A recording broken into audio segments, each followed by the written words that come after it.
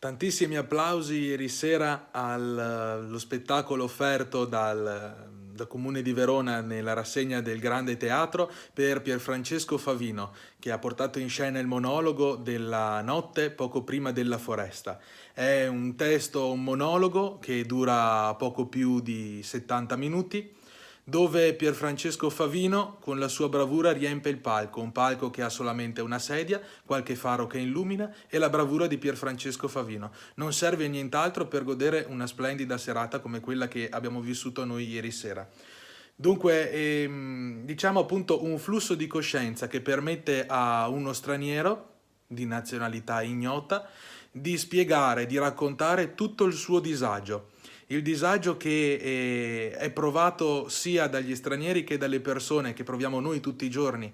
E infatti l'essere straniero è quindi la metafora del disagio, dell'essere al di fuori di quello che ci troviamo a vivere, il non conoscere quello che ci circonda. Favino studia quindi un personaggio con un accento, una parlata particolare, un accento romano, che è il luogo dove vive questo straniero, e una parlata che non è riconducibile a nessuna parte del mondo. Uno spettacolo molto bello e un flusso di coscienza per cui questo personaggio è libero di raccontare le sue idee e quello che gli viene per la testa senza essere legato a un testo vero e proprio.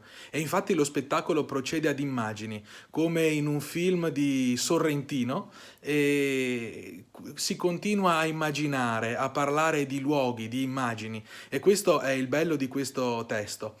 Un testo molto complesso che però è semplice da capire, proprio perché procede con queste immagini. Favino ha costruito un personaggio bellissimo, un testo che è sempre più attuale quando si parla di immigrazione, quando si parla di disagio, mai come in questi giorni se ne parla anche in Italia, e è un testo, pensate, che è del 77. Un testo che è del 77 e mai come oggi è così attuale. Lo spettacolo resterà in cartellone fino a domenica, merita veramente di essere visto e i posti sono praticamente sempre esauriti, però voi provate sempre a telefonare al teatro per avere un posto magari libero.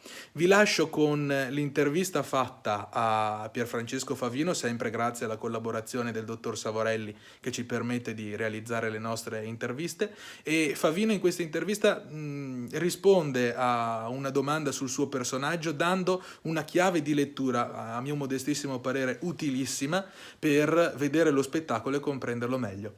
Per questa puntata di Chi c'è in quinta è tutto. E grazie per avermi seguito, vi lascio all'intervista e a presto. Eccoci qui con Pierfrancesco Favino, solamente per due battute dopo un incontro con il pubblico super affollato, e la prima domanda è di carattere tecnico, ormai di teatro si parla sempre meno di tecnica. E qual è la difficoltà di questo spettacolo che lei ha trovato nel suo personaggio?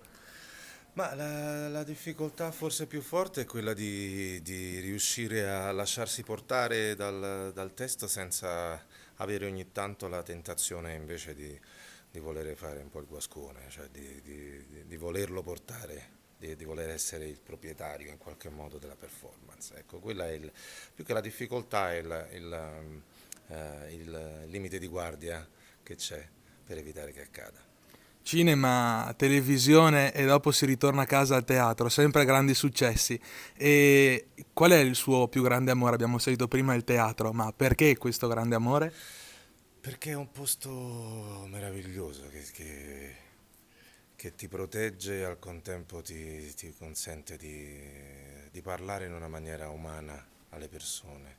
Non ha filtri, il teatro non può mentire e quindi per essere qua sopra bisogna forse avere la capacità di sapersi non per forza difendere e quindi ti costa qualcosa di più forse dal punto di vista emotivo, ma ti dà molto di più anche dal punto di vista emotivo. Grazie. A te.